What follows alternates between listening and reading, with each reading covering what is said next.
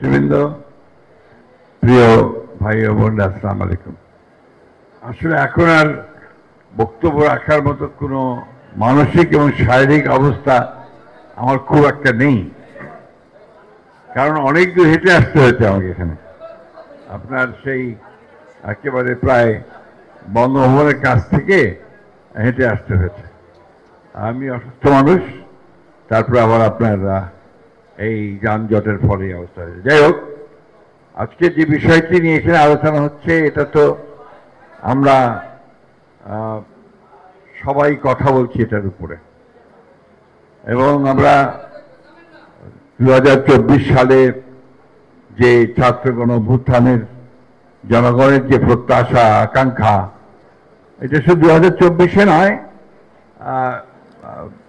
সত্যি কথা বলতে কি এটা প্রায় বিগত 15 বছর ধরেই জনগণের আশা আকাঙ্ক্ষা ছিল যে একটা পরিবর্তন প্রয়োজন, এবং এই পরিবর্তনের লক্ষ্যে আমরা সমস্ত রাজনৈতিক দলগুলো আমাদের দায়িত্ববোধ থেকে আমরা জোটবদ্ধ হয়েছিলাম, এবং সেই ফ্যাসিস্ট আওয়ামী সরকারের বিরুদ্ধে আমরা সংগ্রাম করছিলাম। এই সংগ্রামে অনেক ক্ষতি হয়েছে, আমাদের নেত্রী জেলে গেছেন, আমাদের 60 লক্ষ মানুষের বিরুদ্ধে মিথ্যা মামলা হয়েছে, প্রায় 1700 মানুষ গুম হয়েছে, আমাদের হাজার হাজার মানুষ নিহত হয়েছে, এবং সব শেষে প্রায় 2000-এর উপরে তরুণ শিশু কিশোরকে হত্যা করা হয়েছে। এবং ফাইনালি আমরা আপনার এই ভয়াবহ ফ্যাসিস্ট হাসিনার পালিয়ে যেতে বাধ্য হয়েছে। আমরা একটা সুযোগ পেয়েছি নতুন করে বাংলাদেশে একটা গণতান্ত্রিক ব্যবস্থাকে প্রতিষ্ঠিত করবার। কিন্তু দুর্ভাগ্যজনকভাবে আমরা দেখি যে যত দিন যাচ্ছে পরিস্থিতি যেন জটিল হয়ে উঠছে।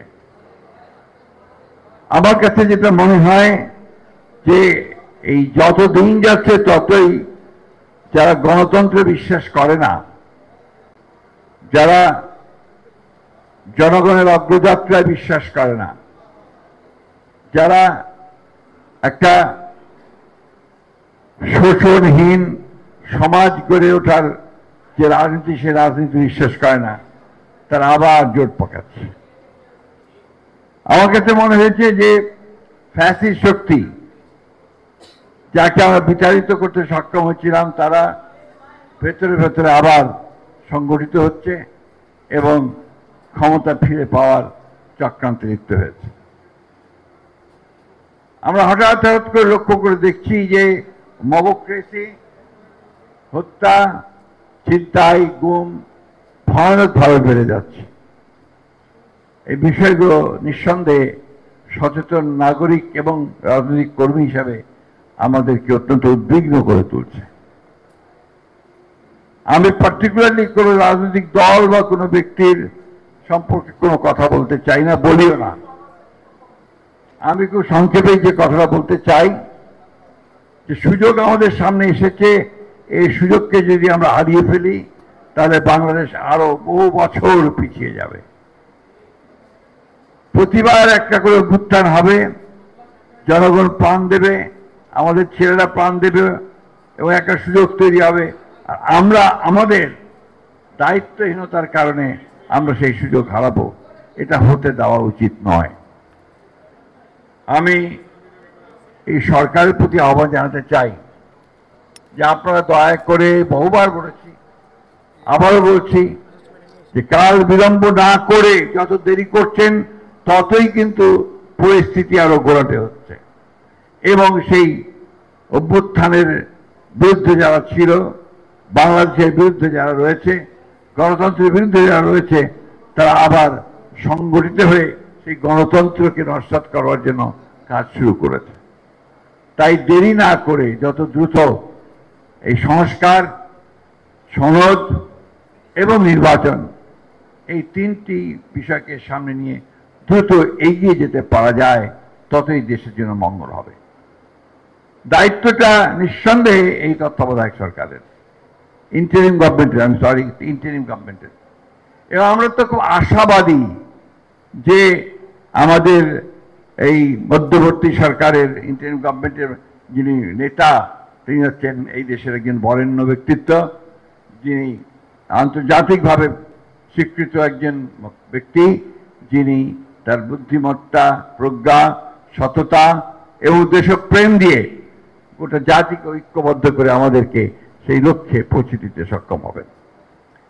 আমি ডিটেলসে কি আলোচনা করতে চাই না, আমি শুধু একটা কথা বলতে চাই যে আমরা যারা রাজনৈতিক দলগুলো আছি, আমরা প্রমাণ করেছি যে আমরা দেশকে ভালোবাসি। আমাদের শক্তি ক্ষুদ্র হোক বৃহৎ হোক, আমাদের যতটুকু শক্তি আমাদের আছে সেই শক্তি দিয়ে আমরা এই দেশকে কিন্তু ফ্যাসিবাদ মুক্ত করার জন্য চেষ্টা করেছি। কেউ রক্তাক্ত হয়েছে, কেউ প্রাণ দিয়েছে, কেউ কারাগারে গেছে, এমনকি দেশনেত্রী বেগম খালেদা জিয়া পর্যন্ত দীর্ঘ 6 বছর কারাগারে কাটিয়েছেন। আমাদের তারেক রহমান সাহেব এখন পর্যন্ত নির্বাসিত অবস্থায় আছেন।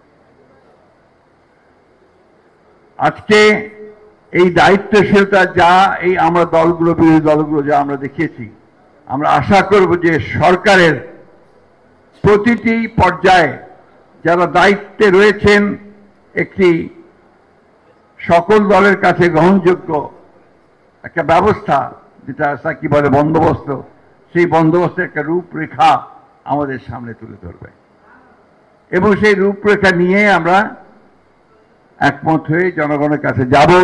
নির্বাচন হবে, সেই নির্বাচনের মধ্যে আমাদের যে কমিটমেন্ট বিএনপির পক্ষ থেকে, সেখানে আমরা আবার সবাই মিলে একসাথে দেশকে নির্মাণ করবার জন্য যে বিষয়গুলো আমরা কমিট করেছি, আমাদের 31 দফা, সেই 31 দফাকে বাস্তবায়িত করবার জন্য আমরা কাজ করব।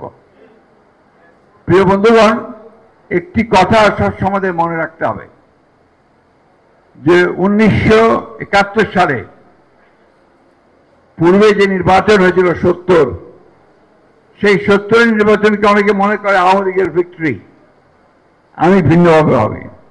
আমি ভাবি it was the victory of the people, যারা পাকিস্তানের শাসন থেকে বেরিয়ে আসতে চেয়েছিল।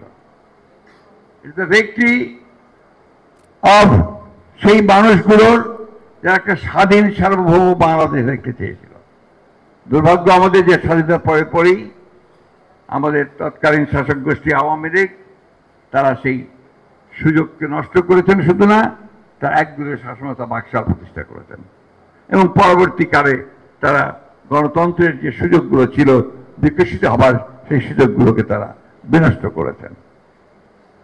আজকে সেই সুযোগ আবার সৃষ্টি হয়েছে।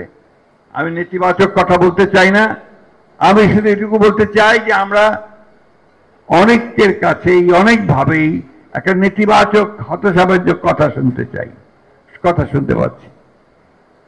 আমি মনে করি যে আমরা অতীতে যেমন পেরেছি এবার ঠিক একইভাবে পারব।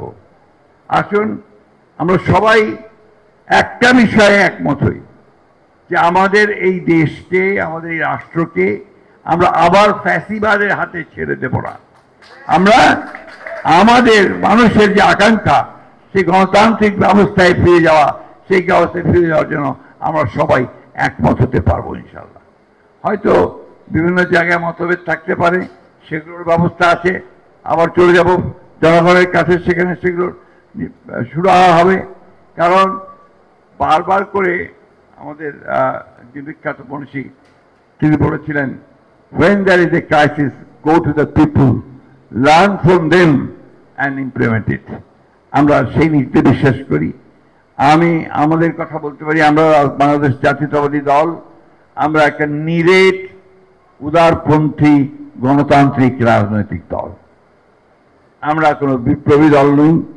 আমরা বিপ্লব করে ক্ষমতায় যাওয়ার মতো আমাদের কোনো সামর্থ্য নেই এবং সেই ইচ্ছাও নেই। আমরা জনগণকে সঙ্গে নিয়ে নির্বাচনের মধ্য দিয়েই আমরা রাষ্ট্র পরিচালনার দায়িত্ব নিয়ে আমরা একটা কল্যাণমূলক রাষ্ট্র, গণতান্ত্রিক রাষ্ট্র, আমরা সকলের কাছে গ্রহণযোগ্য এই ধরনের একটা রাষ্ট্র আমরা নির্মাণ করতে চাই।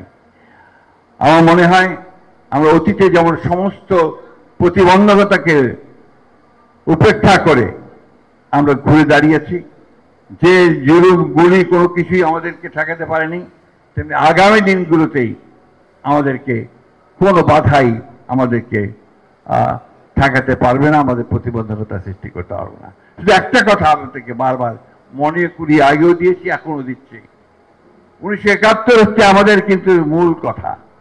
স্বাধীনতা যুদ্ধ আমাদের মূল কথা। ওইখানে আমাদের কোনো কম্প্রোমাইজ নাই, আমাদের কোনো কম্প্রোমাইজ নাই। গণতান্ত্রিক ব্যবস্থায় আমরা অবশ্যই গণতন্ত্রে বিশ্বাস করি এবং গণতন্ত্রই আমরা চাই। বাকি সমস্ত আলোচনার মাধ্যমে গণতন্ত্রের মূল বিষয় হচ্ছে আলোচনা, সহনশীলতা, অন্যের মতকে মেনে নেওয়া, সব কিছু নিয়ে আমরা অবশ্যই এমন একটা জায়গায় পৌঁছতে পারবো যেখান থেকে আমরা আবার নতুন করে একটা গণতান্ত্রিক রাষ্ট্র ব্যবস্থার মধ্যে ফিরে যেতে পারবো। সংস্কার তো আমরাই করেছি, সবাই মিলে সংস্কার তো আমরাই দিয়েছি, সুতরাং প্রশ্ন উঠতে পারে না। যেটুকু সমস্যা আছে যে আলোচনার মধ্য দিয়ে শেষ হতে পারে। সুতরাং সরকারকে আহ্বান করব, অযথা বিলম্ব সৃষ্টি না করে সমস্যাগুলোকে চিহ্নিত করে রাজনৈতিক দলগুলোর সঙ্গে কথা বলুন, কথা বলে সেই সমস্যা শেষ করে নির্বাচনের দিকে এগিয়ে যান। সেটাই বোধহয় একমাত্র পথ। ধন্যবাদ। আসসালামু আলাইকুম।